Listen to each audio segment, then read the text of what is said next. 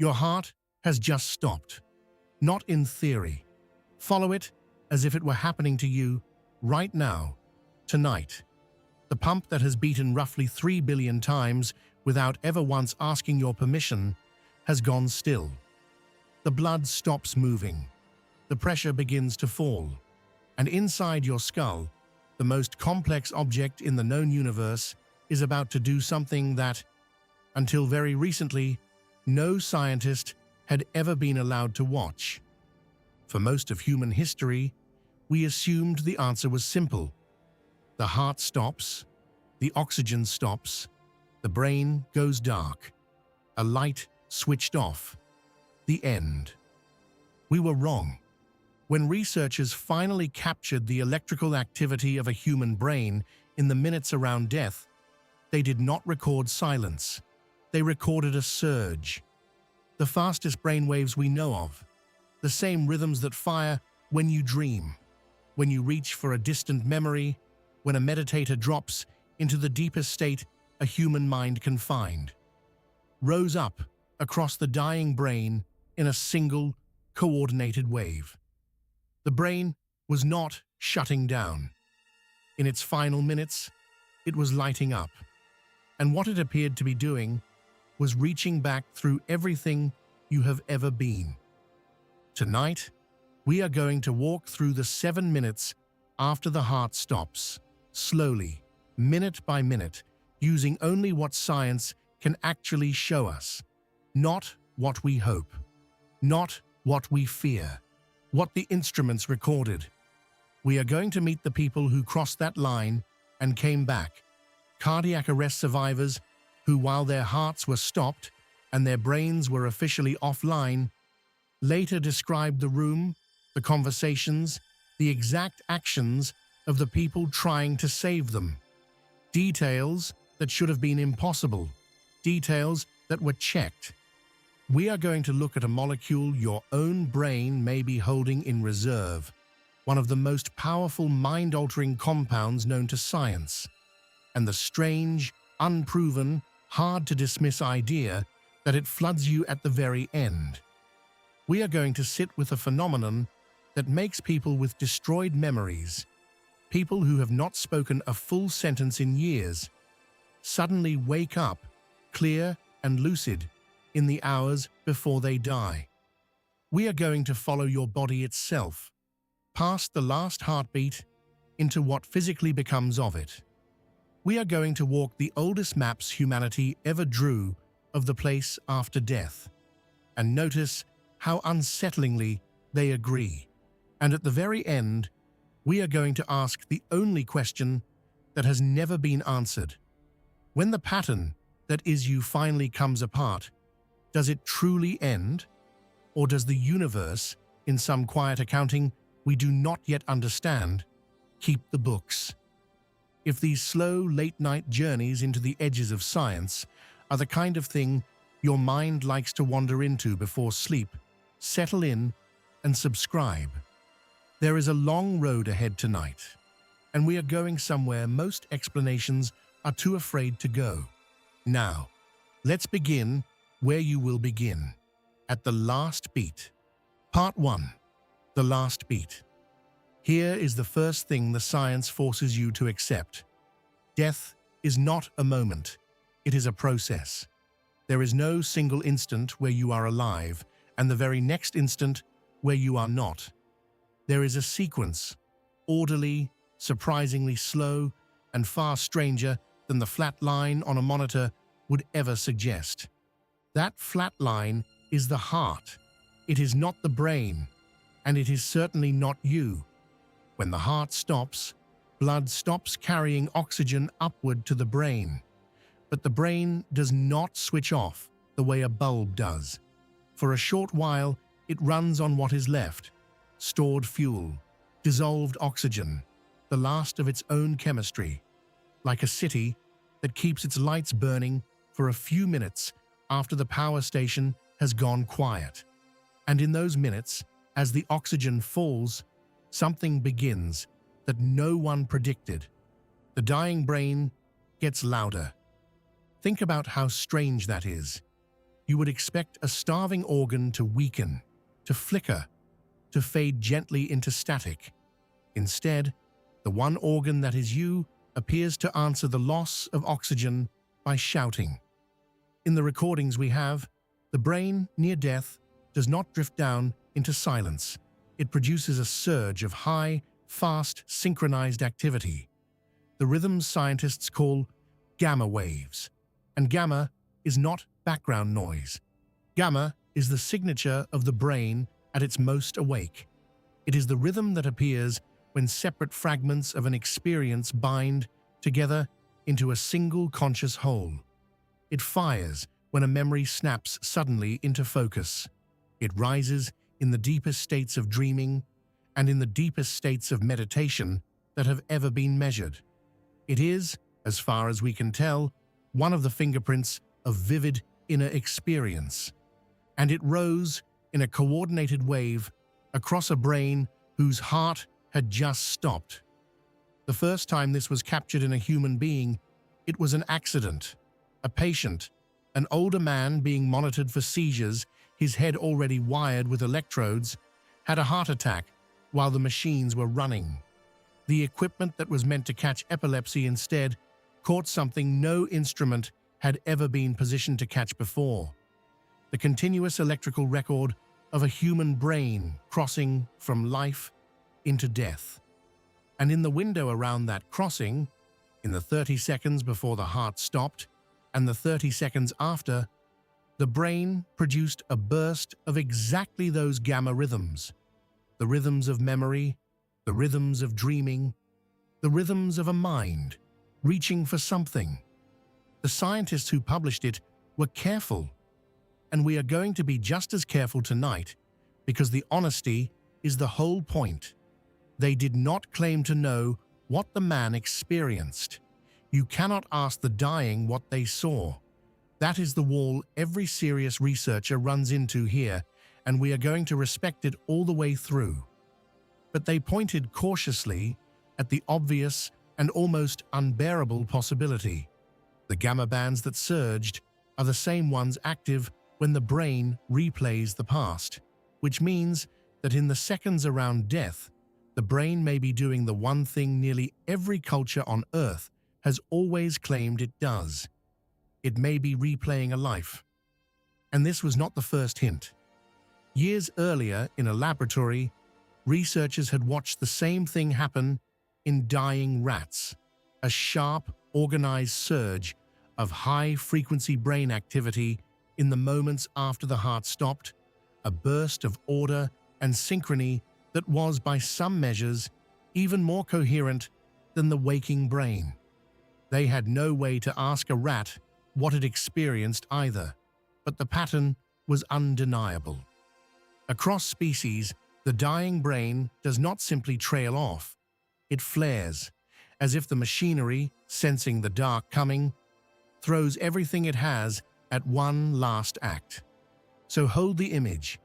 The blood has stopped. The oxygen is falling.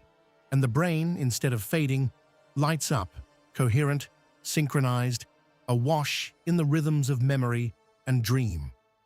We do not know what it is like from the inside. We only know that whatever is happening in there, it is not nothing. It is, by every electrical measure we can take, one of the most intense states the brain ever enters. The heart has stopped. You have not yet, because this surge does not last. The stored fuel runs down. The signal that flared so brightly begins, finally, to fade. And now, the real countdown starts, because the cells themselves, the individual neurons that hold the pattern of you, begin to fail. To understand what you actually lose and in what order, we have to go down past the heart, past the rhythms, into a single brain cell. Because the next few minutes are not about the heartbeat at all. They are about how a brain dies, one layer at a time, and it dies far more slowly than you think. Part 2. Minutes 1 to 7. down at the level of a single brain cell, death is not an event, it is a negotiation, a slow, losing negotiation.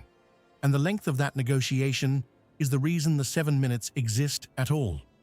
A living neuron spends almost all of its energy on one exhausting, unglamorous task, holding itself apart from its surroundings. It pumps charged particles across its own membrane, in and out, ceaselessly, maintaining a tiny voltage, a readiness, a tension, the electrical difference that lets it fire when called. That pumping never stops, not when you sleep, not for a single second of your life. It is the most expensive thing your brain does, and you have never once noticed it, because the entire point of it is that it happens underneath you, holding the stage steady so that you can stand on it. When the oxygen stops, the power to those pumps begins to fail. And here is the part that should quietly reframe everything you thought death was. The neuron does not die the instant the oxygen goes. It coasts. For minutes, it holds its voltage, holds its readiness, holds the little piece of the pattern that made it part of you, running down slowly, like a watch that has not yet noticed it was never wound. The charge leaks, the tension softens, but the cell is still there, still in principle recoverable, still holding its shape against the dark. This is the window. This is the entire reason a person can be pulled back at all. In that window, the neurons are starving, but not gone, damaged, but not erased. And if blood and oxygen return in time, many of them will simply resume, pick the pattern back up exactly where they set it down, as though nothing had happened.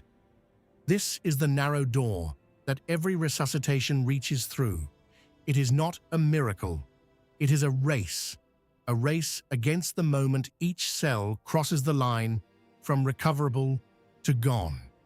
The moment the membrane finally fails, the chemistry floods, and the particular arrangement that the cell was holding dissolves for good. And here is the second thing the science forces on you. That line, the line we draw between alive and dead, is not fixed. We used to draw it hard and early, at a few minutes without a pulse. We were wrong about that too, because the speed of the negotiation depends on the conditions, and the single greatest variable is temperature.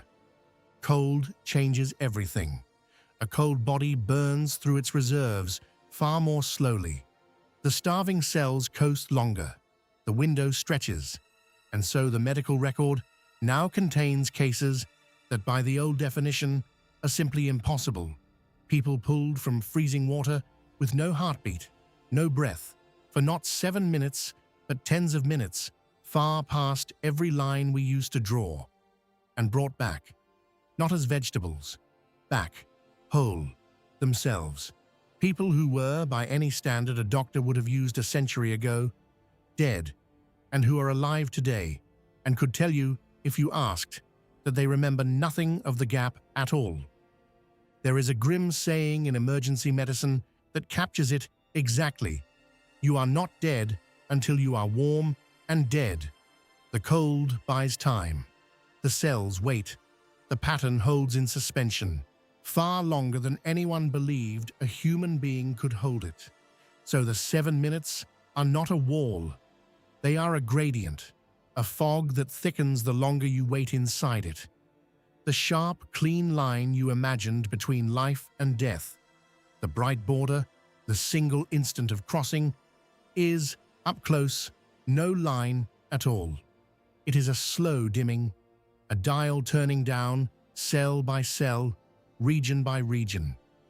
And the most fragile regions, the ones that fail first as the oxygen runs out, are not the ancient parts that keep the body ticking.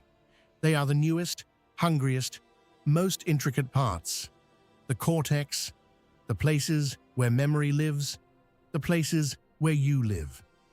In the architecture of dying, the self is among the first things to go quiet. And the last, stubborn machinery of mere biology keeps running underneath it for a while, in the dark, with no one home. And yet, some people have walked back out of that fog.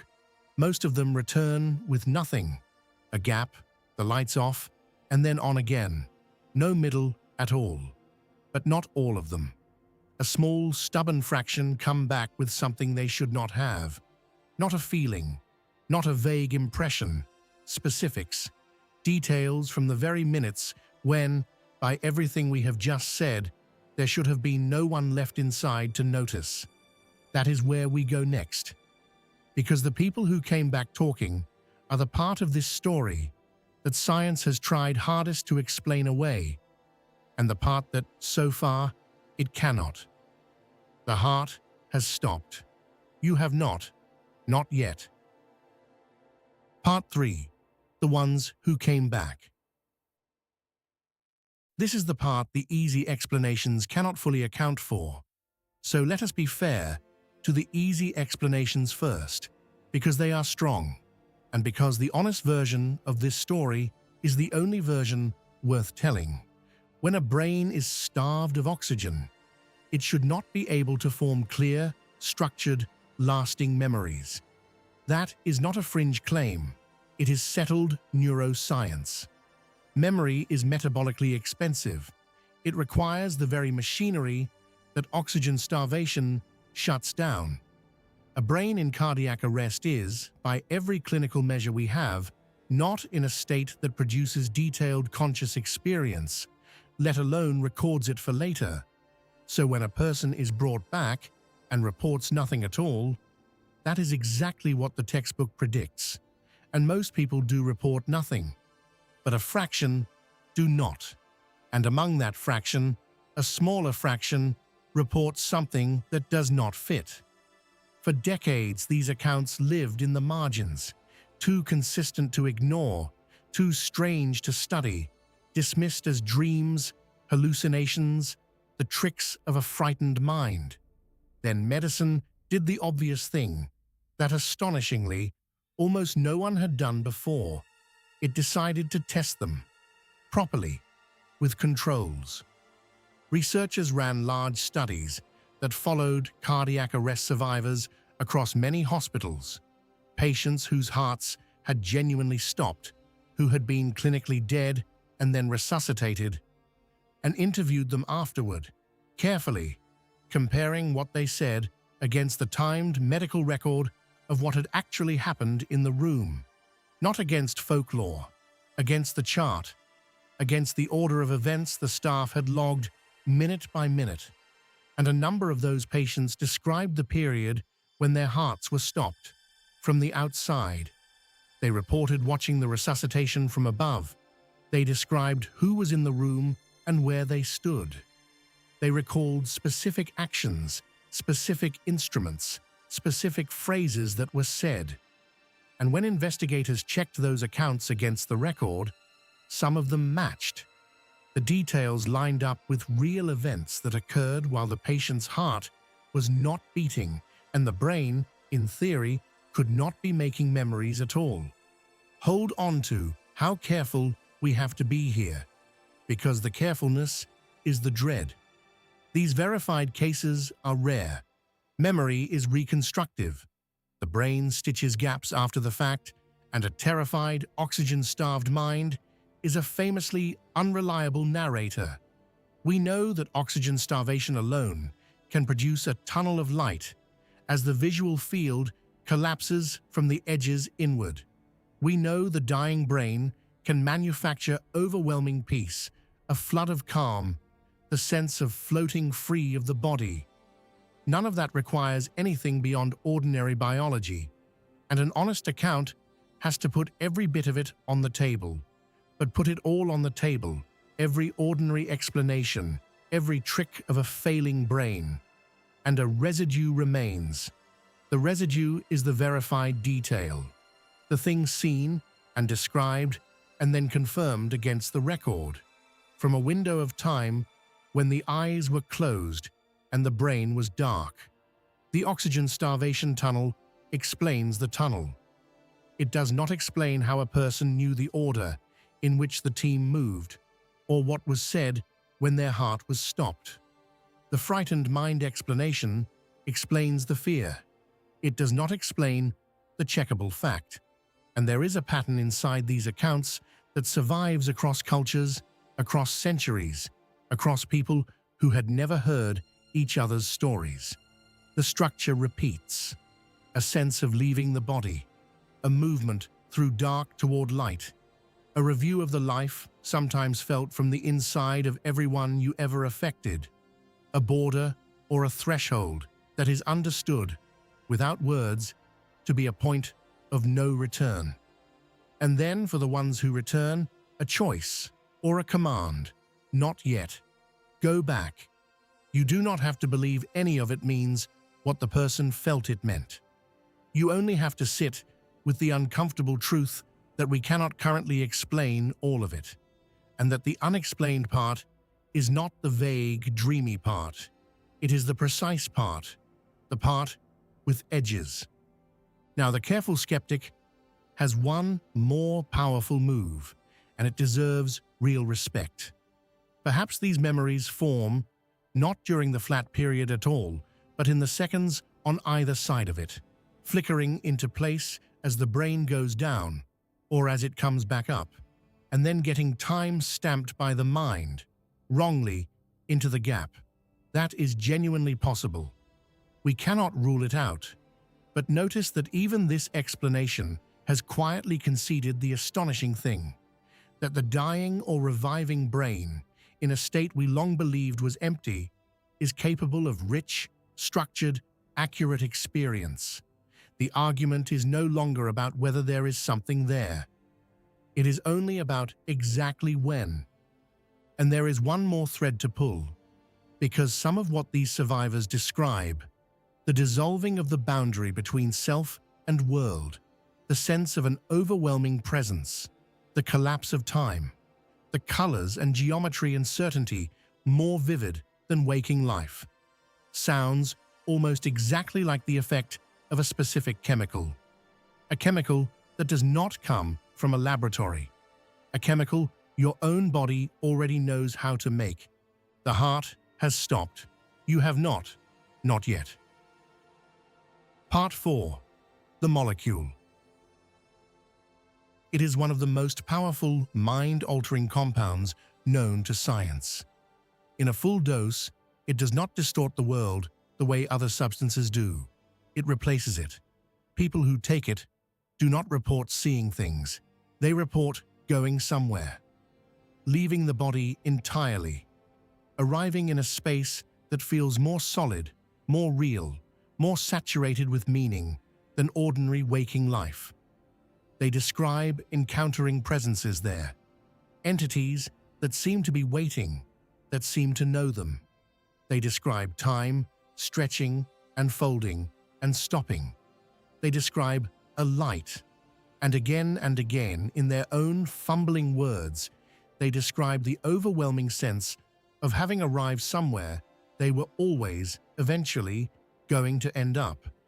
If you have been listening closely, you already know why that should make the hair rise on your arms, because that is the same list. That is, almost point for point, the structure of the near-death experience from the last chapter. The exit from the body, the presences, the dissolving self, the realer-than-real light, the peace. The compound is called DMT. And here is the part that turns an interesting coincidence into something genuinely unsettling. It is not exotic to the body. It appears in trace amounts in living things, across many species, including, in small quantities, in us.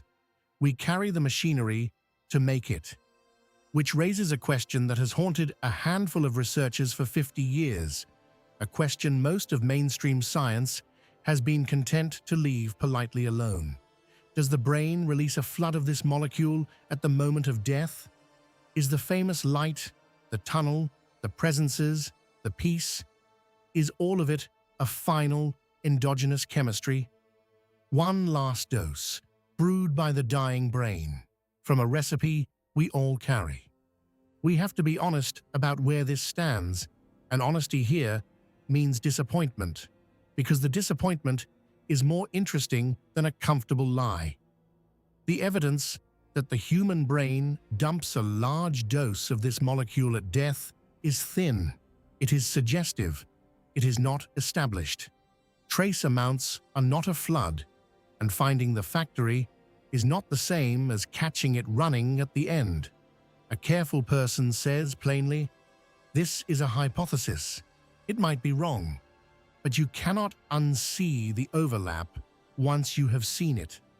When researchers gave people this compound in controlled settings and then compared their accounts in detail against the accounts of people who had genuinely come close to death, the two sets of experiences mapped onto each other with a closeness that was difficult to wave away. The same architecture, the same furniture in the same rooms. Two doors, one chemical, one mortal, that appear to open onto the same place. So sit with the two possibilities, because both are profound. Maybe the brain does flood itself with this molecule as it dies, and the entire near-death experience is, at bottom, a final act of mercy written into our own chemistry, a way of making the most frightening thing a body can do feel, from the inside, like a homecoming. That would be its own kind of miracle, that evolution or chance left us a way to die in awe instead of terror. But notice what that explanation does not do. It does not make the experience less real to the person having it. A state of consciousness is not fake simply because we can name the chemical underneath it. By that logic, every experience you have ever had is fake, including this one. And crucially, the molecule cannot reach back into the last chapter and explain the verified details. Chemistry can paint the most vivid room imaginable. It cannot tell you correctly who was standing in the actual room while your eyes were closed. The DMT story, even at its strongest, explains the texture of the experience. It does not explain the accuracy. So we are left, again, with something stranger than either a simple shutdown or a simple miracle. We are left with a brain that at the end may light itself up in the rhythms of memory, bathe the dying mind in one of the most profound experiences a human being can have, and do all of it for reasons evolution had no obvious need to provide. And if chemistry can light the mind up that brightly at the very end, then we have to ask the hardest version of the question. What about the people whose minds were already, by every measure, gone? Part 5. The ones who should not have woken. There is a phenomenon that careful clinicians have recorded for centuries, quietly, often reluctantly, often leaving it out of the official notes, because it does not fit anything we believe about how the brain produces a mind. It has a name now. It is called terminal lucidity, and once you understand what it is, it becomes very hard to hold the comfortable assumption that the self is nothing more than the tissue. Picture a person with advanced dementia, not early forgetfulness, the late, total kind, the kind where the person you knew has, by every outward sign, been gone for years. They do not recognize their children. They have not spoken a full, meaningful sentence in longer than anyone can remember. The scans show the reason plainly. The brain itself, the physical organ, is profoundly damaged. The tissue that once held that person's memories, their language, their sense of who they were, has been eaten away. By every model we have, the machinery that made them is not just switched off, it is broken beyond any hope of repair. And then, in the hours, or sometimes the day or two, before death, they come back. They open their eyes, and they are there, fully there. They recognize the faces around the bed. They use names they have not spoken in years. They talk in complete sentences, with memory, with their own particular humor, their own voice, the cadence the family had given up ever hearing again. They say the things that need saying. They say goodbye, and then very often within a day, they die. This is not a rumor passed between grieving families. It is documented across many cases by doctors and nurses and hospice workers who watched it happen and could not explain it. And it should be impossible, because the brain doing the recognizing, the speaking, the remembering, the loving is, on the scans, the same destroyed brain that could do none of those things the day before. Nothing was repaired. No tissue regrew overnight. No treatment was given that could account for it. And yet the person returned to the surface, whole, for one last window, before they were gone for good. We do not have a clean explanation, and the explanations we reach for are revealing in how thin they are.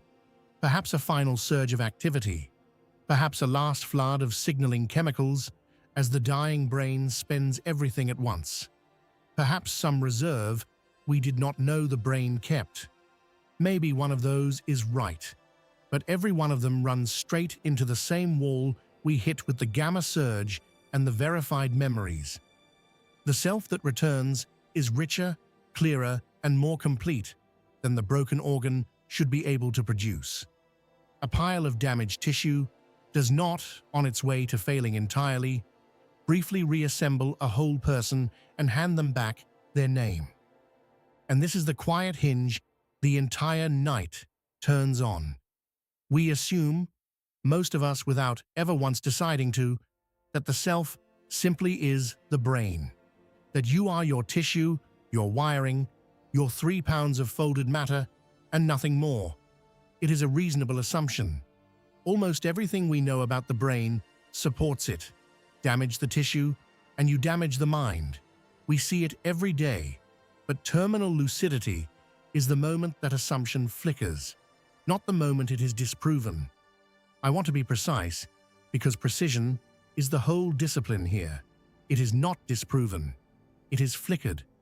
The lights of a settled belief dim, just for a second, just long enough to feel the cold draft of the question underneath the floorboards. Because if the self can return, clear, coherent, unmistakably itself, when the machinery that supposedly produces it is in ruins, then we are forced to at least ask the question we spend our whole lives not asking. Where was the person in all those silent years, and what exactly was the broken machine holding? I am not going to answer that for you, because no one honest can. But notice what we have gathered, walking through these minutes. A brain that flares instead of fading. People who came back with details from a darkness that should have held no witness. A chemistry that opens the same door death seems to open. And now, a self that surfaces, intact from tissue that should no longer be able to hold it. None of these, alone, proves anything. But they keep pointing, stubbornly, in a direction our confident modern story told us was closed. For now, though, leave the mind where it lies, unresolved, and turn to the one thing in all of this that is not mysterious at all. The one thing science can describe with total, unflinching precision. Because while the question of where you go remains open, the question of what happens to the body you leave behind has a complete, detailed, and very physical answer. And understanding it is part of understanding death, honestly. Not the story we tell, but the thing itself. The heart has stopped. You have not yet. But the body is about to begin a journey of its own. Part 6. What happens to the body? Everything from here is certain. There is no mystery in this chapter, no open question, no shimmer of the unknown. This is the part of death that physics and chemistry own completely, and they describe it without sentiment and without mercy. Some people find that unbearable. Others find it strangely the most peaceful part of the whole story, because it is the part where you finally stop being separate from the world and rejoin it. Listen and decide for yourself. The moment the heart stops, the body begins to obey only the plainest laws of physics. The first is temperature. A living body holds itself at a warmth it has to constantly generate. The moment that furnace goes out, the body begins, slowly, to surrender its heat to the room around it, degree by degree, until it matches the air. This is the first and most reliable clock of death, the body cooling toward the temperature of whatever space it lies in, quietly equalizing with the world, no longer holding itself apart. The second law is gravity. The blood, no longer pushed in its circle by the pump, simply obeys the pull of the earth. It settles. It pools in the lowest parts of the body, and where it pools, the skin darkens. Where the body's weight presses against the surface beneath it, the vessels are squeezed empty, and the skin there stays pale. Within hours, the body has been quietly painted by gravity alone, a map of exactly how it came to rest, written in settled blood. The third is stiffness. In life, your muscles relax because your cells spend energy constantly to release them. That energy production has now stopped, and so, in the hours after death, the muscles lock, chemically seized, unable to let go, because letting go was always the part that cost energy. The body grows rigid, head to foot, holding its position with a strength it never had in life. And then, after a day or so, as the very structure of the muscle begins to break down, the stiffness releases on its own, and the body goes slack again. The rigidity was never permanent. It was just one more chemical process, running its course and ending. And then begins the part we flinch from, which is, looked at clearly, simply the world reclaiming its materials. Your body, from the moment you were born, was held together against decay by the constant work of living. The instant that work stops, the boundary you maintained your whole life, the line between you and everything else, starts to dissolve. The body's own enzymes, with nothing left to regulate them, begin to break down the tissues from within. The vast population of microorganisms that lived alongside you, peacefully, your entire life, suddenly find the rules gone, and they spread. Gases form. The chemistry of breakdown produces specific molecules, compounds with names. Chemists gave them precisely because of where they were first found, molecules that carry the unmistakable signature of decay. I am not telling you this to frighten you. I am telling you because there is something in it worth seeing clearly. Every atom of that process is being conserved. Nothing is being destroyed. The carbon that was your hand does not vanish. It returns to the cycle it was borrowed from. The water that was most of you returns to the water of the world. The minerals that braced your bones go back into the ground that lent them. You were never a closed, separate object that the universe made once and then loses. You were a pattern that the world's materials pass through, held in a particular shape for a few decades, and the breakdown of the body is simply those materials being released back into the enormous, patient, endless exchange they came from and never truly left. This is why some people, sitting with this chapter, feel not horror, but a kind of relief.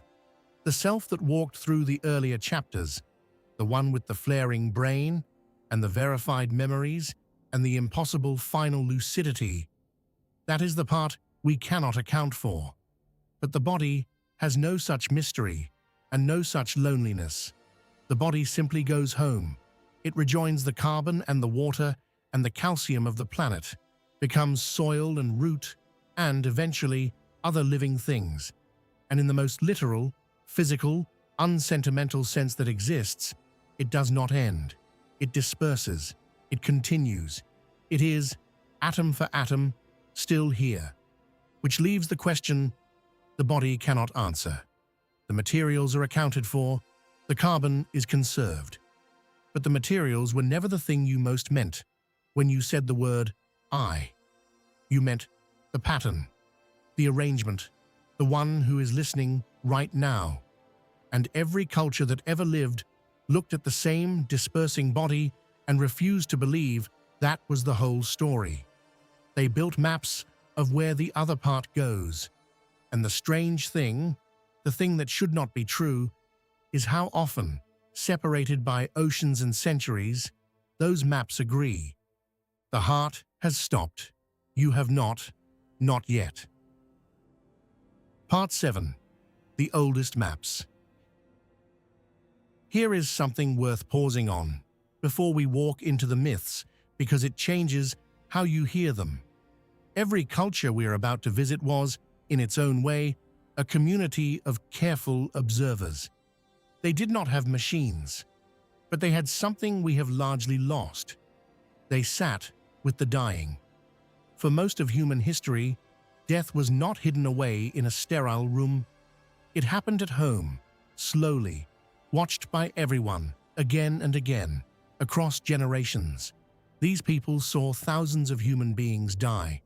They watched the breathing change. They heard the words at the end. They noticed the lucidity, the reaching, the calm that so often came.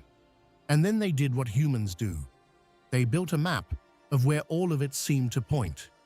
So when their maps agree, we should at least be curious.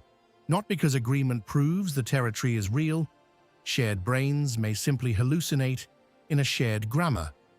But because the specific things they agreed on are the same specific things our instruments are now reluctantly beginning to find. Begin in ancient Egypt, with the most detailed afterlife bureaucracy humanity ever drew. To the Egyptians, death was not an end, but a journey, a perilous passage through a hidden world, full of gates and guardians that the soul had to navigate. And at the center of that journey stood a single image so striking it has survived 5,000 years. The weighing of the heart. The dead person's heart, which the Egyptians believed held the entire record of a life, every deed, every cruelty, every kindness, was placed on one pan of a great scale. On the other pan was set a single feather, the feather of truth and cosmic order. And the heart was weighed against it. Sit with what that image is actually saying. It says that at the end, your life is reviewed, weighed, accounted for in full against a standard of truth, and that the record of it was written all along inside you. A heavy heart, a heart weighed down by the life it had lived, failed the test and was devoured, and the person was annihilated, not punished in some lake of fire, but erased, unmade, denied continuation. A heart light as the feather passed, and the person went on. The Egyptians were describing 4,000 years before an electrode ever touched a dying skull, a life review at the moment of death. Travel east, and across a vast gulf of distance and time, you find a map, drawn with extraordinary psychological precision. The Tibetan understanding of the passage after death, the journey through what they called the bardo, the in-between, the gap between one state and the next. And the Tibetan texts do something the others mostly do not. They describe the experience from the inside, almost like a set of instructions whispered to the dying. They speak of a brilliant, clear light that dawns at the very moment of death. And they say that this light is not something foreign arriving from outside. It is your own deepest nature, finally unobscured. To recognize it, they teach, is to be free. And then, if the traveler does not recognize it, the bardo turns. Visions arise. First, the peaceful ones, radiant, beautiful, serene presences. And then, the texts say, the wrathful ones, the very same enlightened forces, now appearing in terrifying form, wreathed in flame, fanged, overwhelming. And here is the teaching that should stop you cold, because it is centuries ahead of its time. The wrathful visions are not demons. They are not external monsters. They are your own mind, the texts insist, projected outward, your own fears given shape, your own resistance made monstrous. The whole journey, peaceful and terrifying alike, is described as a confrontation with the contents of your own consciousness, unspooling as the body releases it. We will come back to that idea, a mind generating its own afterlife from the inside, because it is the bridge to the next part of the night. Now go west, to the Greeks. Their map was darker, and in its own way, more honest about uncertainty. The Greek dead crossed a boundary of water, a river marking the edge of the living world, carried by a silent ferryman into a grey realm beneath the earth. And they passed, the poet said, another river, a river of forgetting, whose waters erase the memory of the life left behind. There is a strange, sophisticated idea buried in that image. The Greeks intuited that to truly leave a life might mean to lose the memory that made it yours. That identity and memory are bound together, and that the dissolving of one is the dissolving of the other. It is nearly the same intuition that haunts a modern neuroscientist staring at a brain whose memory circuits are failing. That you are, in some deep way, what you remember, and that when the memory goes, the you goes with it. Go north, to the cold, and the map turns fierce and bright. To the Norse, the manner of your death shaped where you went. Those who fell bravely in battle might be chosen, lifted from the field by fierce female spirits who selected the worthy, and carried to a great hall to feast and fight and wait for the end of the world. Others went elsewhere, to a quieter, colder realm beneath, ruled by a goddess of the dead. What matters for us is not the geography, but the shared assumption underneath it, the one that keeps reappearing on every map, that death is a sorting, a passage to a destination that is not random, that depends somehow on the life that was lived, on who you were when the moment came. And go to India, where the map did something different and profound. It bent the line of death into a circle. Here, the god of death receives the soul and the life is judged. But judgment does not lead to a single eternal destination. It leads to return. The deeds of a life, the whole moral weight of it, carry forward and shape what comes next. Another life, another body, the wheel turning again. And the deepest goal in this vision is not to win a good rebirth, but eventually to step off the wheel entirely, to wake from the long dream of separate lives and rejoin the single reality underneath them all. Hold that idea too, because when we reach the physicists at the end of the night, you are going to hear a strange and distant echo of it. The notion that the separate self was, all along, a kind of local illusion over something vast and undivided. Now stand back and look at all these maps at once: Egyptian and Tibetan, Greek and Norse and Indian, drawn by people who never met, who shared no language, no trade, no common teacher within memory.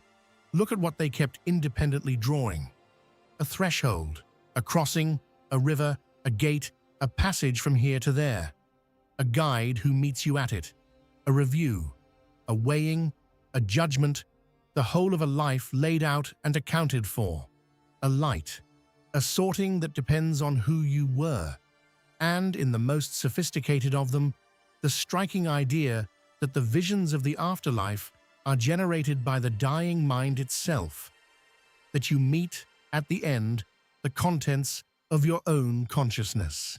You can explain a great deal of this away, and you should try, because trying is how you find out what survives. Humans share a brain, so we may hallucinate in a common grammar as we die. Stories travel and borrow and blur across cultures, even ones we think were isolated. None of this requires the afterlife to be a real place, but sit with the most specific overlap of all, the one that has been quietly haunting this entire night, the life review. The sense of every moment returning at once, witnessed and weighed. The ancients described it in precise detail, across continents, thousands of years before anyone could measure a brain.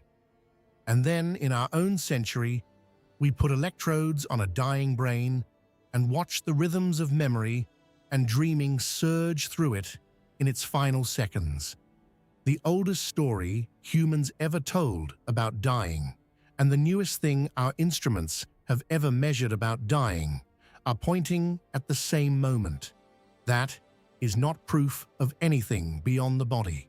It may mean only that the ancients were superb observers of the dying mind, that they were reading the same biology we now read, just without the machines, and writing down what they saw in the language of gods and rivers and scales. But it does mean something the confident modern world is reluctant to admit out loud. On the question of what the final moment is actually like, the myths and the monitors agree, which leaves exactly one question standing. The myths all assumed there was a you to make the journey, a something that crosses the threshold, faces the weighing, sees the light. Modern science spent a century insisting there is no such thing, that you are only the electrical chatter of perishable meat. But in the last few decades, a small number of serious physicists and neuroscientists have begun, very cautiously, to reopen the one question everyone thought was closed, not through religion, through physics, and what they are finding does not let the old confident answer stand unchallenged anymore. The heart has stopped. You have not yet. Part 8. Where consciousness hides. To ask what happens to consciousness when you die, you first have to ask a question that sounds simple and turns out to be the deepest unsolved problem in all of science. What is consciousness in the first place? Where does it come from? And the honest, slightly embarrassing answer is that nobody knows. Not the neuroscientists, not the physicists. Nobody. We have spent a century mapping the brain in exquisite detail, and we still cannot say why any of that mapping should be accompanied by an inner experience at all. Let me make that concrete, because it is easy to nod past, and it deserves to land. Science can, in principle, describe everything the brain does. Every signal, every chemical, every firing cell, every loop of feedback. We can trace exactly how light hits your eye and becomes a pattern of activity that makes you say the word red. That entire chain is, in principle, physical and explainable. But here is the thing it leaves untouched. Why is there something it is like to see red? Why is the process accompanied on the inside by an actual experience? The felt redness, the warmth of it, the you that is there to witness it. A machine could process the light and report red without anyone being home. You are home. And nothing in our physics explains why. Philosophers call this the hard problem of consciousness, and the name is almost a joke, because next to it, every other problem in science is easy. We can explain what the brain does. We cannot explain why it feels like anything to be it. Now, for most of the last century, the default scientific assumption brushed past this. The brain produces consciousness the way a fire produces heat, as a byproduct, generated entirely inside the skull, switched on when the organ runs and switched off when it stops. On that view, the answer to tonight's question is simple and final. The brain dies, the production stops, the experience ends, full stop. And that may be exactly right. It is the safe bet. It is where the evidence mostly points. But a handful of serious thinkers, not mystics, scientists with real credentials and real reputations to lose, have pointed at a crack in that assumption. And the crack is this. We have proven, beyond doubt, that damaging the brain changes the mind. That is certain. But it does not actually prove that the brain produces the mind. It only proves that in the bodies we know, mind and brain are tightly coupled. And there is another way to read a tight coupling. Consider an old and unsettling alternative, one that thinkers have circled for over a century. What if the brain is not the producer of consciousness, but something more like a filter of it, a reducing valve?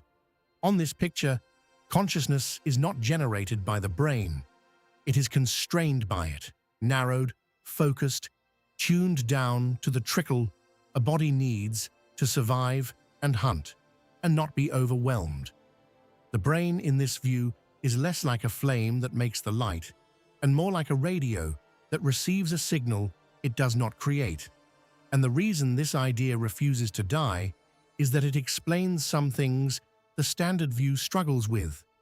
It explains why certain conditions that reduce brain activity, that turn the valve down, are reported not as dimming, but as expansion, a sudden flood of more consciousness, more vivid, more vast. If the brain only ever produced experience, less brain should always mean less mind. Sometimes, strangely, it means more. That is at least a puzzle. It is not a proof, but it is a puzzle the comfortable story does not comfortably hold. Now follow this idea to its edge, because it leads somewhere that should make you sit up. If the brain is a receiver rather than a generator, then the obvious question is, a receiver of what? And here a pair of serious scientists proposed one of the boldest ideas in modern thought. They suggested that consciousness might not be produced in the soft, wet chemistry between brain cells at all, but woven into something far deeper and far smaller, into the structures inside our neurons, down at the scale where the strange rules of quantum physics begin to apply. On this theory, a moment of conscious experience is tied to a quantum event, a tiny collapse happening in vast numbers throughout your brain. And the implication that follows is the one that matters for tonight. If consciousness is connected, even slightly, to the quantum fabric of reality itself, rather than purely to the chemistry of cells, then it is no longer obvious that it must vanish entirely when the cells stop. The information, the proponents speculate, might not simply blink out. It might disperse back into the deeper layer it was always part of. I want to be very careful here, more careful than these ideas are sometimes presented, because this is exactly the place where the niche of comfortable lies likes to set up shop. This theory is not established. It is contested fiercely by many physicists who think the brain is far too warm and chaotic for delicate quantum effects to survive in it. It might be completely wrong. I am not telling you it is true. I am telling you that it exists, that it is taken seriously enough to be argued about by people at the top of their fields, and that its mere existence as a respectable hypothesis means something important, that the question of whether consciousness ends at death is no longer a settled matter that only a fool would reopen. Real scientists are reopening it, with mathematics. And there is one more thread, the deepest of all, and it comes not from biology, but from the hardest core of physics. And it does not care about your feelings or anyone's beliefs. It is about information, about whether the pattern that is you can, even in principle, be truly and finally erased. Start with what you are, stripped to the bone. You are not a substance. The specific atoms in your body are almost entirely swapped out over the years. The matter that you call you is borrowed from the world and returned to it constantly, as we saw when we followed the body. What persists across all that exchange is not the material, it is the pattern, the particular arrangement, the information, the specific way the matter is organized into a person who remembers and wants and wonders. You are less like a stone and more like a flame, or a whirlpool, or a standing wave in a river, a stable shape that matter and energy pour through, holding its form even as its contents endlessly change. So the real question of death was never about your atoms. We know what happens to your atoms, nothing dramatic. They scatter and carry on, indifferent, conserved. The real question is what happens to the pattern. And here, our deepest physical laws say something genuinely strange and genuinely unresolved.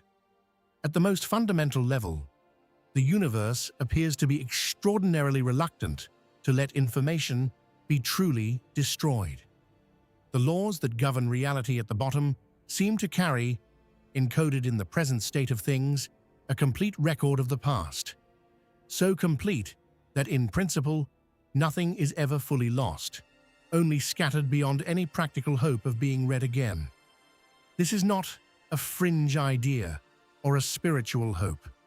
It is one of the deepest and most argued over problems in modern physics. The question of whether information can ever truly vanish from the universe, fought over in the context of the most destructive objects that exist, where even there, the consensus has increasingly been that information is not erased, only scrambled. Now hold that next to the question of your own ending and feel the strangeness of it. The old confident story said you are a flame, and a flame simply blows out, gone without remainder, the information of an entire life deleted clean from existence. But the universe, as far as our best physics can tell, may not actually permit clean deletion. It scatters, it scrambles, it conserves, it keeps the books. Now, be careful what you take from that, because the temptation here is enormous, and the honest answer is quieter than the temptation. Information being conserved in principle is not the same as you surviving. The pattern that is you, scattered and scrambled across the universe beyond any possible reassembly, is not a person waking up somewhere, intact, still able to feel itself being. Physics cannot hand you the afterlife.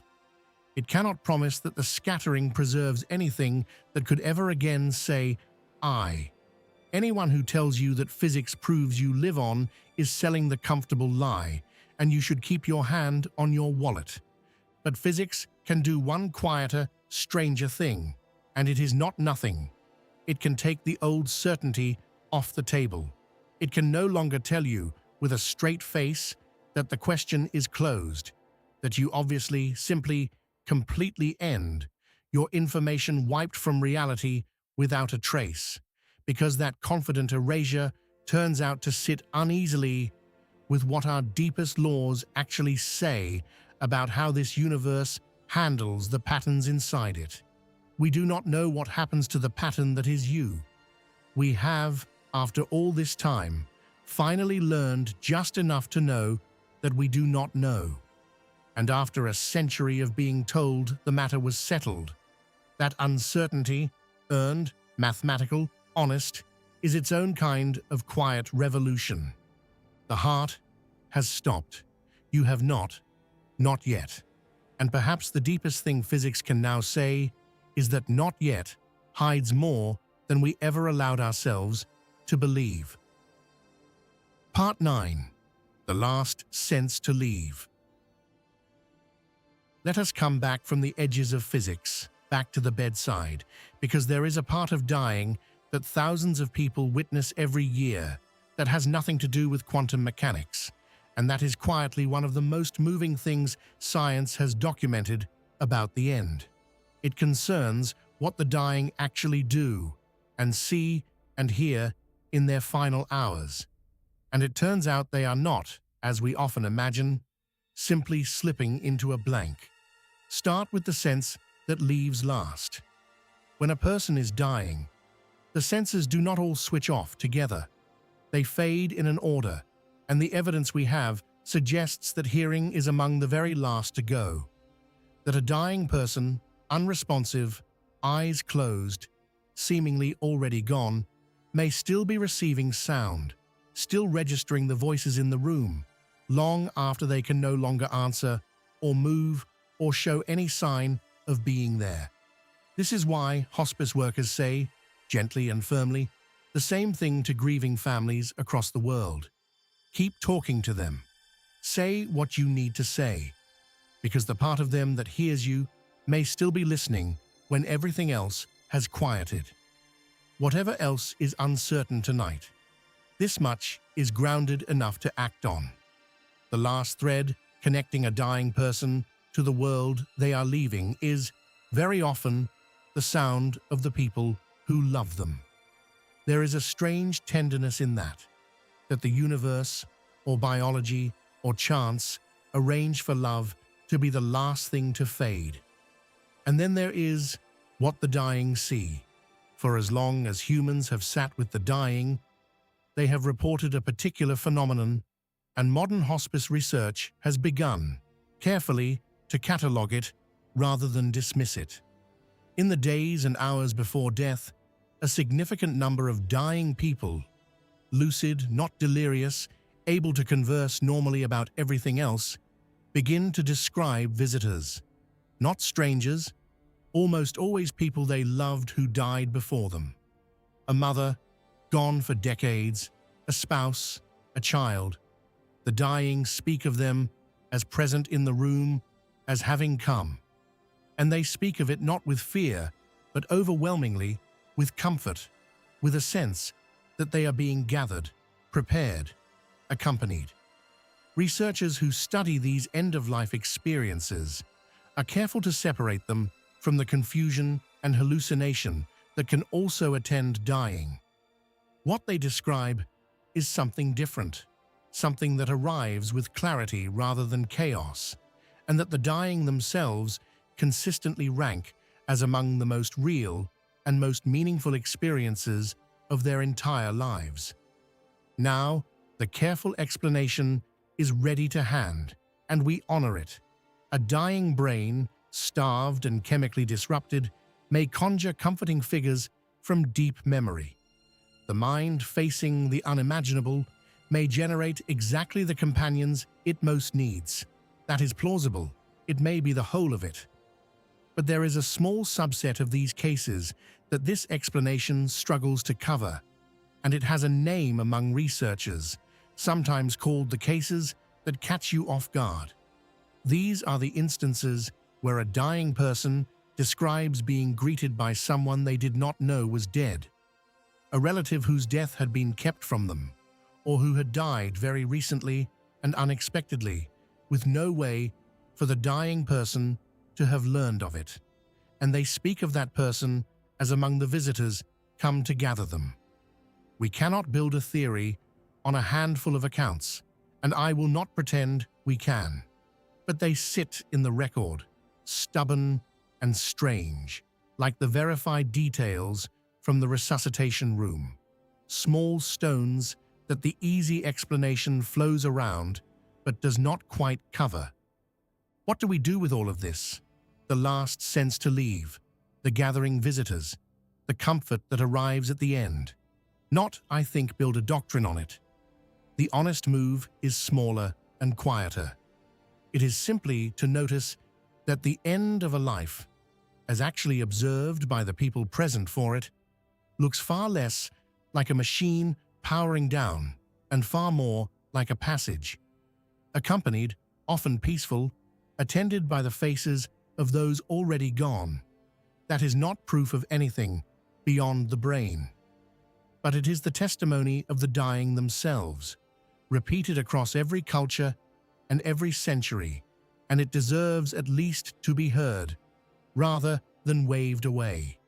The people who are closest to the threshold, the ones actually crossing it, are not, for the most part, afraid in the final hours. They are, by their own account, being met. The heart has stopped. You have not yet, and you may not be as alone in it as you fear. Part 10. The self that was never solid.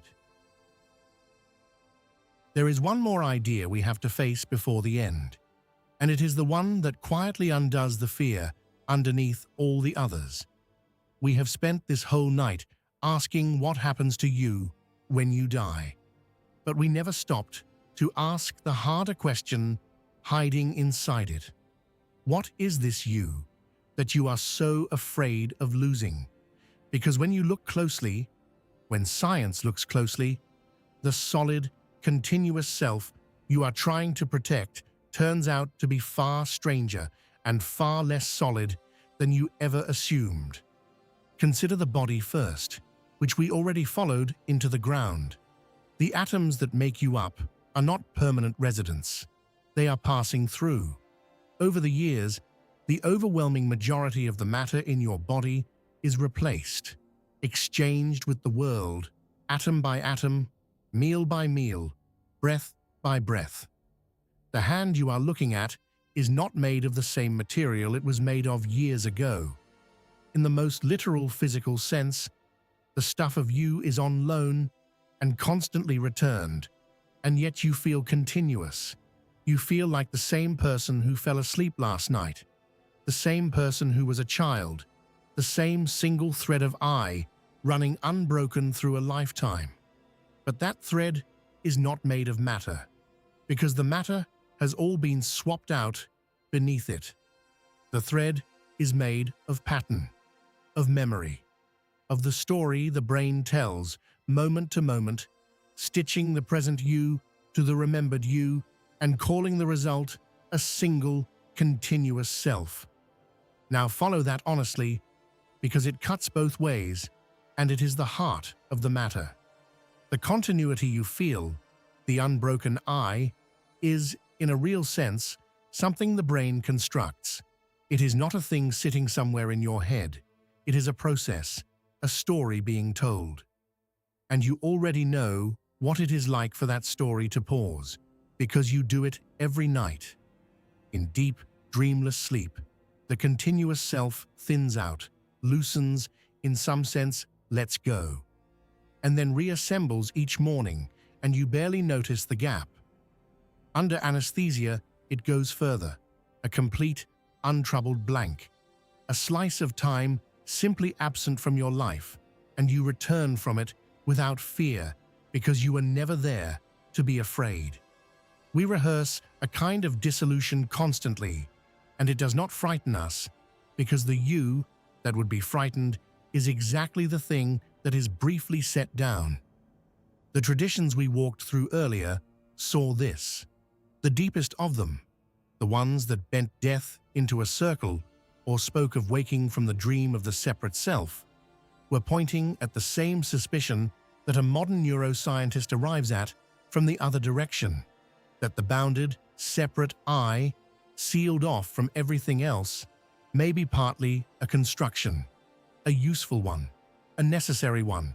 You could not cross a street, or love a person, or fear a death without it, but a construction nonetheless, layered over something that does not have such hard edges. I am not going to tell you this means you have nothing to lose, because that would be its own comfortable lie, and you would be right not to believe it. The self may be a process rather than a thing, but it is your process, the only one you have, and its ending is still the most serious event in a life. But notice what this reframing quietly does to the fear. We picture death as a solid, permanent you, being plunged into nothingness and somehow being there to endure the loss, trapped, conscious, in the dark, forever. And that picture is incoherent. There is no you left to be trapped in the nothing, any more than there is a you present in the gap of dreamless sleep to suffer it. The thing we fear most, eternal conscious non-existence, requires a witness that, by definition, is not there. The self that could be afraid of the void is the very thing that is set down at the threshold. Whatever death is, it is not a person locked in an empty room. There is no person, and there is no room. So, what is left when you stop defending a self that was never as solid as it felt? What is left is this. For a brief, improbable while, the universe organized some of its borrowed matter into a pattern that could look back at it and wonder. That pattern was you. It was real. It mattered. It loved things and was frightened of things and asked questions in the dark. And when it comes apart, the matter goes home, and the pattern scatters into whatever the deepest physics allows. And the fearful witness we imagined enduring the loss was never going to be there at all. Which means the dark you are afraid of is not something that happens to you. It is simply the place where the you that does the fearing gently stops, and you have visited the edge of that place every single night of your life, and come back unharmed every morning and called it nothing more than sleep. The heart has stopped. You have not yet, but you are perhaps far harder to truly lose than you were ever told. Part 11. When does death actually happen? We have been speaking all night about the moment of death as if we know where it is. Here is something that should unsettle you almost as much as anything we have covered. Even now, with all our machines, medicine cannot fully agree on when exactly a person dies. The line keeps moving, and the history of how we have drawn and redrawn it is a history of slowly realizing that death is not a point at all. For almost all of human history, the definition was simple, and it was the heart. When the heart stopped and the breath stopped, you were dead. It was obvious. It was visible. You could hold a feather to the lips, a mirror, a hand to the chest, and know. For thousands of years, that was the whole of it, and it produced a very real terror that haunted our ancestors because they knew from grim experience that the test was not perfect. People declared dead sometimes were not. The fear of being buried alive was not a fairy tale. It was common enough that an entire little industry of safety coffins, bells, and breathing tubes was invented to guard against it. The truth underneath that fear was the truth we have been circling all night. The boundary is fuzzier than we want it to be. Then medicine learned to do something that broke the old definition entirely. It learned to restart the heart.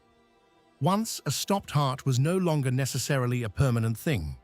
Once it could be shocked, compressed, paused on a machine and brought back, the heart could no longer mark the border.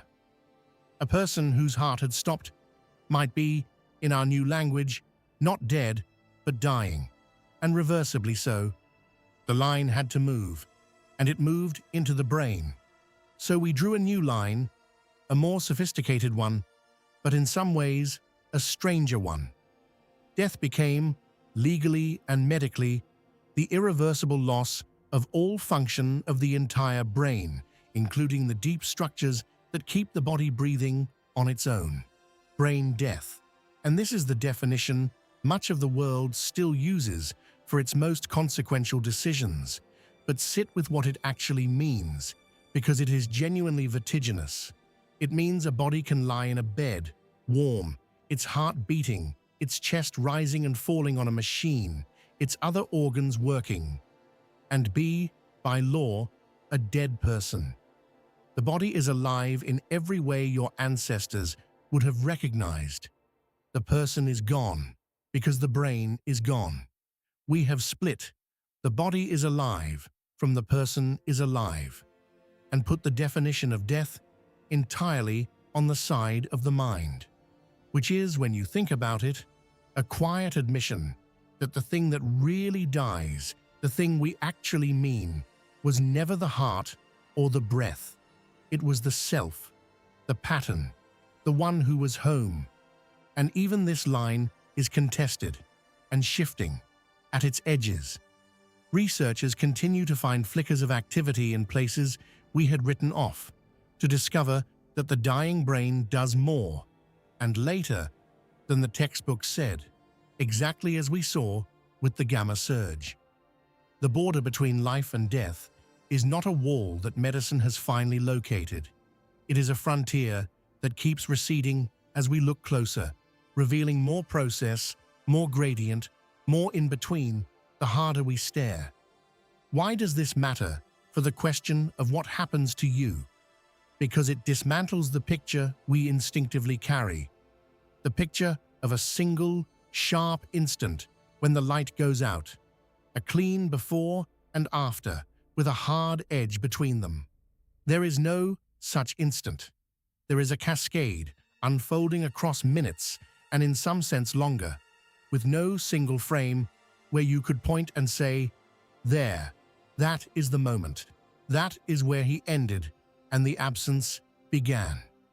Even the experts with every instrument we possess cannot point to it. The moment of death, the thing every human being most wants to understand, turns out to be less like a door slamming and more like a tide going out. And like a tide, it is made of countless smaller movements, and the exact instant the water has left is not a fact about the ocean. It is a decision we make about where to draw the line. The heart has stopped. You have not. Not yet. And perhaps the deepest reason we cannot find the moment you do is that there is no moment, only the long, soft dissolving we have been walking through all night. Part 12. The stretching of the final moment. There is a question hiding in everything we have said, and it is one of the strangest of all. How long does the end actually last? Not on the clock on the wall, but from the inside.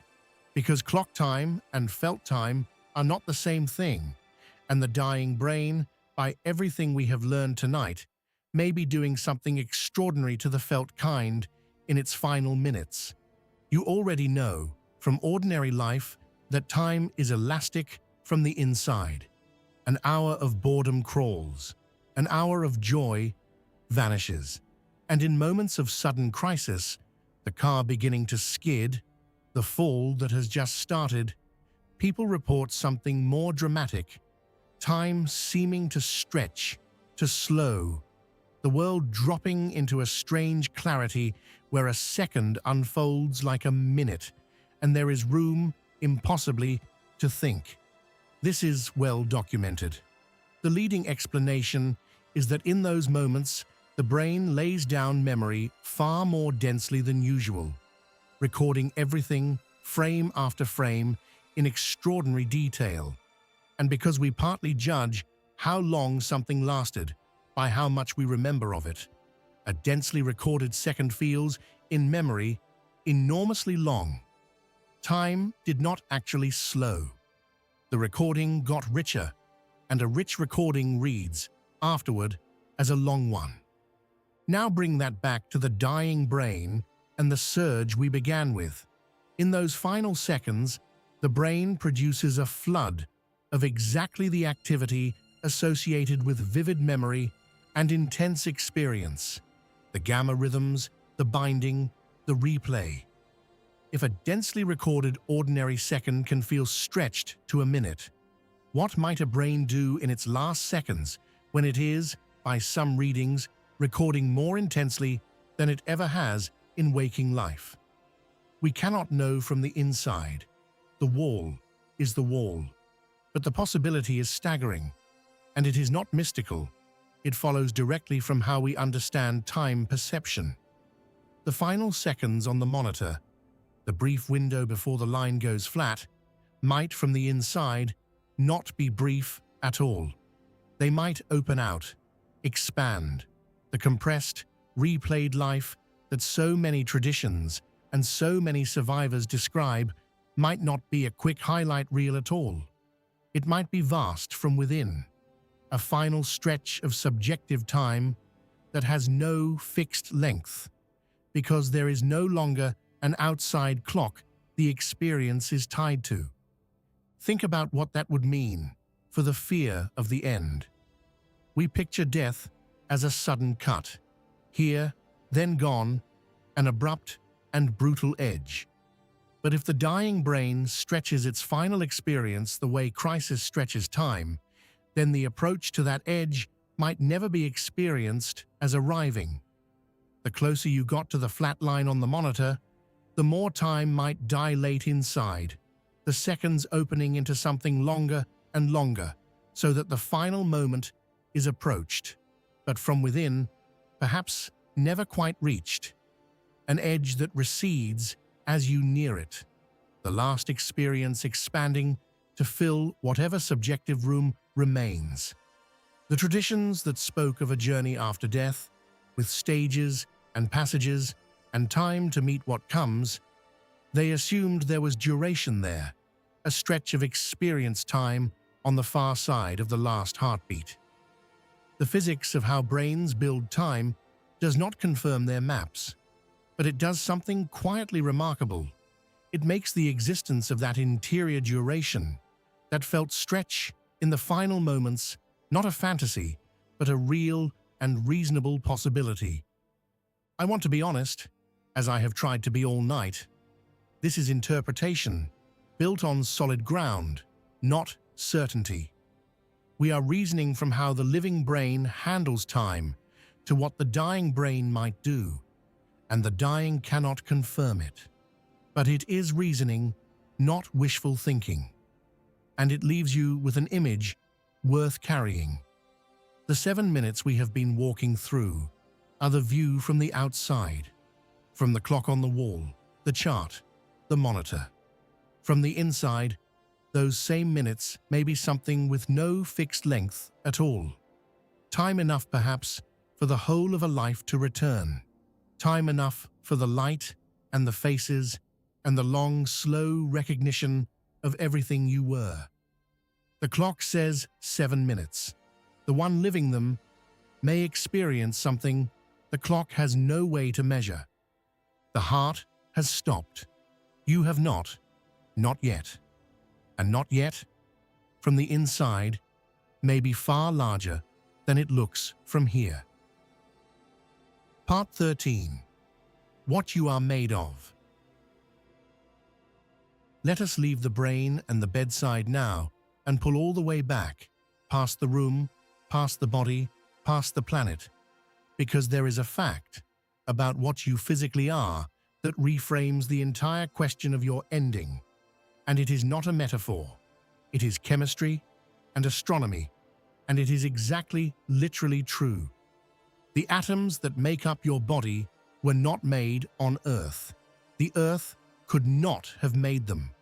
The carbon in every cell of you, the oxygen filling your lungs at this moment, the iron riding in your blood, the calcium bracing your bones.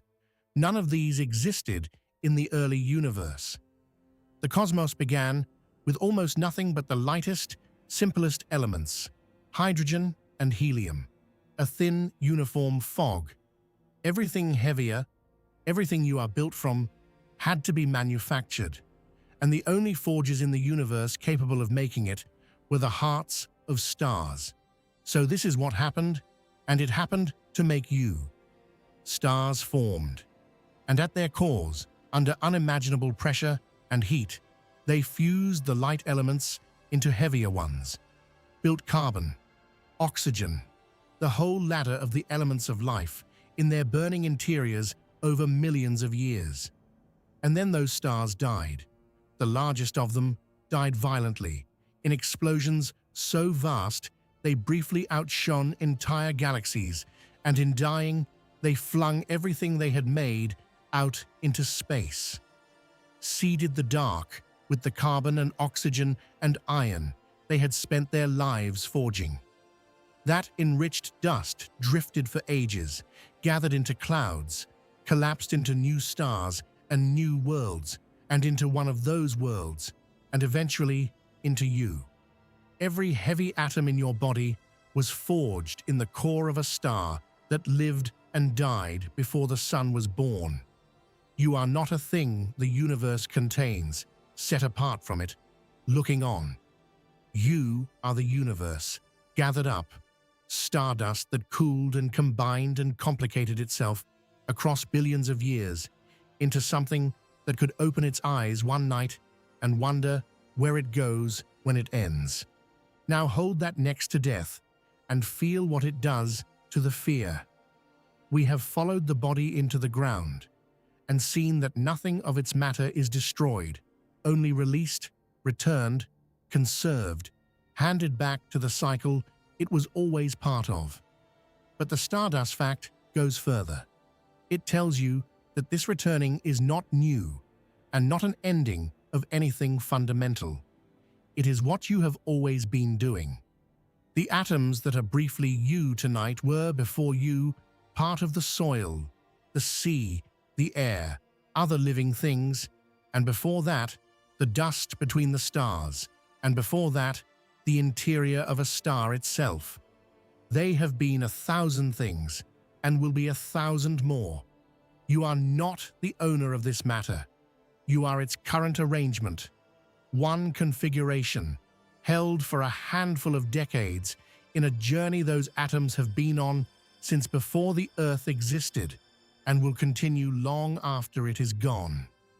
There is a particular kind of consolation in this that no doctrine is required to feel, because it is simply factual. When the pattern that is you comes apart, the matter does not fall out of the universe into some void. It stays here, in the only home it ever had, and it goes on to be the next thing, and the next. The carbon that spelled out your thoughts will brace a leaf, or ride in another bloodstream, or settle into stone, and wait. Nothing about you is so much lost as redistributed. You were assembled from the death of stars and the recycling of worlds, and in your own ending, you become once more material for whatever the universe builds next. That is not poetry laid over the science. That is the science. You are a way the cosmos has, temporarily, of looking at itself. And when this particular looking ends, the cosmos does not lose the stuff of you. It simply takes it back and continues. The heart has stopped. You have not yet. But what you are made of has been here since the beginning and is going nowhere at all. Part 14. Children who remember. There is one more body of evidence we have to face before we gather everything up. And it is, in some ways, the most unsettling of all, because it does not come from the dying.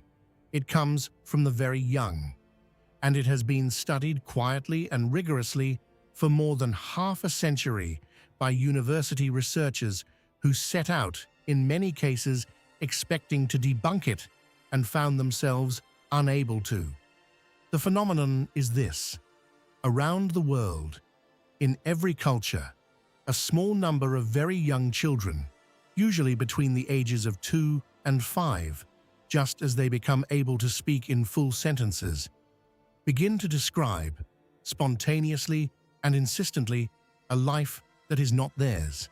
Not a fantasy, not an imaginary friend, but a specific, previous existence. They give names. They describe a family, a house, a town. They describe, often in disturbing detail, how that other person died. And they speak of it not as a story they are inventing, but as a memory they are recalling, frequently with strong emotion, sometimes begging to be taken home, to a family the child has never met.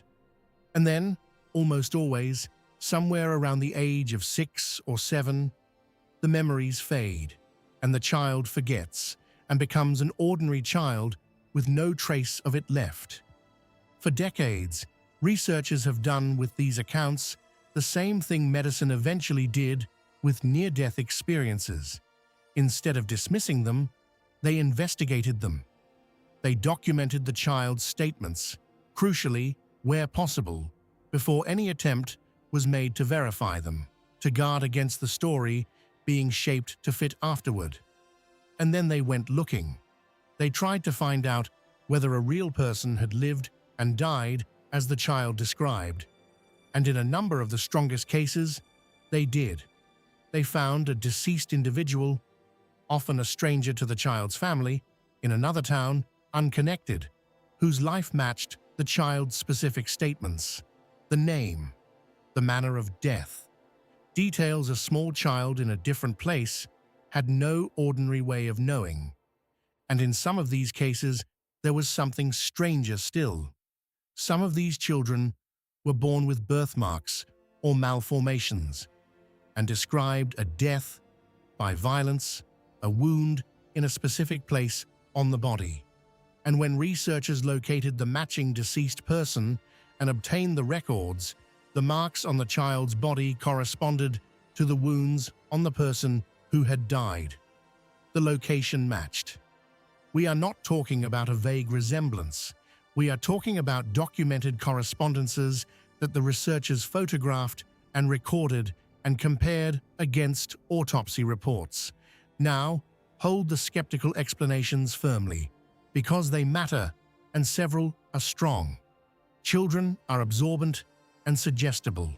A chance remark, a half-heard story, a television program can be woven into what feels like a memory, a process where we forget the source of a piece of information and mistake it for our own experience. Grieving or hopeful families, especially in cultures that already expect such memories, can unconsciously encourage, reward, and shape a child's statements until they harden into a tale. Coincidence is powerful, and the human mind is a relentless finder of patterns and matches. Investigators can fall in love with their cases. All of this is real, and all of it surely explains many, perhaps most, of these accounts. A careful person keeps every one of these explanations on the table, but put them all on the table, and once again, exactly as with the dying, a residue remains that they do not comfortably cover. The strongest cases are the ones where the child's statements were written down before verification, where the deceased was a genuine stranger to the family, where the matching details were specific and numerous and checkable, and where a physical mark on the body lines up with a recorded wound. You can dispute any single case. The researchers themselves are careful never to claim proof, but the pattern across thousands of investigated cases collected over decades sits in the scientific record like a stone. The easy explanation flows around without quite submerging. What do we do with it? The same thing we have done all night. Not leap, not believe on command, but refuse to look away. These cases do not prove reincarnation. They do not prove anything about what you are or where you go. But they are one more place where the confident modern assumption that the self is the brain, full stop, sealed inside one skull, beginning at birth and ending utterly at death, runs into something it cannot cleanly absorb. A small child, in a body that is months old, describing the death of a stranger across the country with a birthmark to match the wound. We do not know what that is. We only know that obviously nothing case closed is not, when you actually read the files, an honest description of it. And notice how it rhymes with everything else we have found. The verified details from the resuscitation room, the mind that surfaced whole from ruined tissue, the maps that agreed across oceans, and now memories in the very young That point, checkably, sometimes, at the dead. None of these is a proof. All of them are stones. The simple story flows around. The pile is getting hard to ignore. The heart has stopped. You have not yet. And perhaps, in ways we are only beginning to study, the pattern is stranger and more persistent than a single lifetime can contain. Part 15. Everything we found tonight. We have come a long way, and it is late, and before we let go of all of it, let us gather what we actually found, not the hopes, not the fears, only the things, the evidence, put in our hands. Let them stack up, one on the other, and notice the shape they make together. We found that death is not a moment, but a process, a slow dimming, cell by cell, region by region, with no single frame where you could say, there, that is the instant. Even our best machines cannot locate it. The line we imagined was a wall is a fog, and the fog is deep enough that people have walked back out of it, warm and whole, from far past where we used to draw the edge. We found that the dying brain does not simply fade, it flares, a surge of the very rhythms tied to memory and dreaming in the seconds around the end, as though the mind throws everything it has at one last act. We do not know what it is like from the inside. We know it is not nothing. We found that some of the people who crossed the line and came back returned with details they should not have had. Checkable facts from minutes when the brain was dark that the easy explanations flow around but do not cover. We found a molecule, carried in our own bodies, that opens a door, looking out on the same strange country the dying describe. We found people whose ruined minds surfaced, whole, for one last clear hour before the end, from tissue that should not have been able to hold them. We found that the oldest maps of the afterlife, drawn by people separated by oceans and centuries, kept independently marking the same landmarks, a threshold, a guide, a weighing of the life, a light, and that the most specific of those landmarks, the life review, is the very thing our instruments now glimpse in the dying brain. We found that medicine cannot fully agree on when death even happens, that the border keeps receding as we look closer. We found that from the inside, the final moments may not be brief at all, but stretched by the dying brain into something the clock has no way to measure. And we found, at the deepest level physics can reach, that the universe appears strangely unwilling to truly destroy information, that the pattern which is you may be scattered and scrambled beyond any reading, but is, in some profound accounting, conserved rather than erased. Not survival, not a promise, but the quiet removal of the old certainty that you simply, cleanly blink out. No single one of these proves anything. I have said that at every turn, and I mean it at the end as much as the beginning. Each has its ordinary explanation, each can be argued away on its own. But look at them stacked together, and notice what they refuse to do. They refuse to let the confident, comfortable final answer stand. The answer that said the question was closed, that there was nothing here worth wondering about, that the light just goes out, and that is all.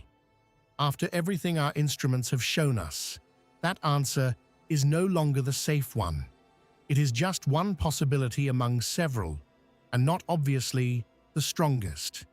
We do not know what happens when you die, and the single most important thing this whole long night has to teach is that we do not know is not a retreat. It is a door, and after a century of being told it was bricked shut, we have learned just enough to see that it was never locked at all. The heart has stopped. You have not yet. And what comes after that not yet is, for the first time in a long time, an open question again. Part 16. What this changes about tonight. You came here maybe to find out what happens in the 7 minutes after you die. But the strange gift of spending a night with death is that it hands you something you did not ask for, something about the time before those minutes, about now, about this ordinary evening, in this ordinary room, with the day behind you and sleep ahead. Here is the first thing it changes. The fear most of us carry, when we let ourselves feel it at all, is the fear of being plunged into an endless, conscious nothing, alone, aware, in the dark, forever. We walked tonight straight into the center of that fear, and we found that it is built on a contradiction. The you that would have to endure the void is the very thing that is set down at the threshold. There is no witness left in the nothing to suffer it. You have approached the edge of your own absence every night of your life, in dreamless sleep, and you have never once been harmed by it, because you were never there. Whatever death is, it is not a prison with you locked inside. The one who fears the empty room is the one who does not walk into it. Here is the second thing it changes. We found again and again that the dying are, by their own testimony, not generally terrified in the final hours. They are calmed, gathered, met so often by the faces of those who went before. The end that we dread from a distance looks, up close, in the rooms where it actually happens, far gentler than the horror our imagination builds. That is not a promise about what lies beyond. It is an observation about the crossing itself.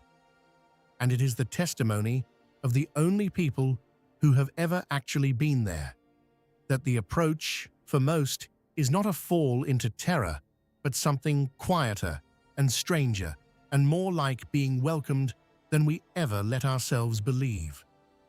And here is the third thing, the one worth carrying with you, when the video ends and the room goes dark. If the matter of you is borrowed stardust, conserved and returned and built into the next thing, if the pattern of you is something the universe took the trouble to assemble out of dying stars so that it could, for a few decades, wonder at itself, if even physics can no longer promise you that the question of your ending is closed, then the fact that you are here at all, tonight, listening, breathing, wondering, is not small. It is the rarest and strangest thing we know of in the universe. Matter that woke up. Dust that asks where it goes. You are the cosmos, briefly aware of itself, lying in the dark, brave enough to look straight at the one thing everything alive is built to look away from. That is not nothing. That is very close to everything. So let the fear loosen its grip a little, if it can tonight. Not because we proved that you go on. We did not, and I will not tell you we did. But because we found that the confident, crushing certainty of your erasure does not survive a close look either, and that the crossing itself is gentler than you feared, and that the matter of you is going nowhere, and that the simple fact of your being here to wonder is a kind of miracle the universe rarely manages. You do not have to resolve any of it to rest. You only have to set it down, the way you set down the self each night, and trust that the morning, in one form or another, has always come. The heart has stopped. You have not yet. And the not yet is where your whole life is. It is here. It is now. It is this breath and the next one. So here is where the 7 minutes leave us. You are not a thing the universe contains. You are something the universe is doing. Every atom in your body was forged in the heart of a dying star, scattered across the dark, and gathered up again into the temporary, improbable, miraculous shape that is hearing these words right now. Every memory you carry is a pattern held, for a little while, against the patient pull of disorder. You are the cosmos, folded up small enough to wonder what happens when the folding comes undone. And the honest answer, the one science is finally humble enough to give, is that we do not fully know. The brain does not simply switch off, it flares. The line between life and death is not where we drew it. It is a fog that people have walked back out of. The ones who crossed it did not all come back empty-handed. The oldest myths and the newest monitors describe the same final moment. Even our instruments cannot say exactly when you end, or whether the pattern that is you is truly erased or only scattered and conserved. And the deepest question, whether there is a you that goes on, still sits exactly where it always has, just past the edge of what our instruments can reach. But tonight, none of that is being asked of you. Tonight, you do not have to solve it. Tonight, you get to simply rest inside the strangeness of it, the way you rest every night inside the small rehearsal of letting the self go and find the morning waiting on the other side. You were here. You existed. You were matter that woke up and looked at the dark and wondered, which is more than the dark has ever done about you. So close your eyes if they are not closed already. Let the questions stay unanswered. They will keep. Let the breath slow.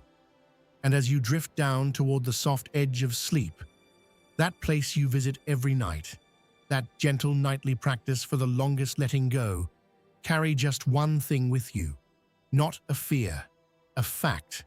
The heart will stop one day for all of us, but not tonight. Tonight, it is still beating, steady underneath everything, carrying you down into rest. The story is not over. There is so much more of that dark left to explore. If you want to keep wondering these questions with me, subscribe and tell me in the comments what you believe waits in those 7 minutes. I read them, and there is no better company than people brave enough to wonder about this in the dark. Sleep well, and I will see you in the next one.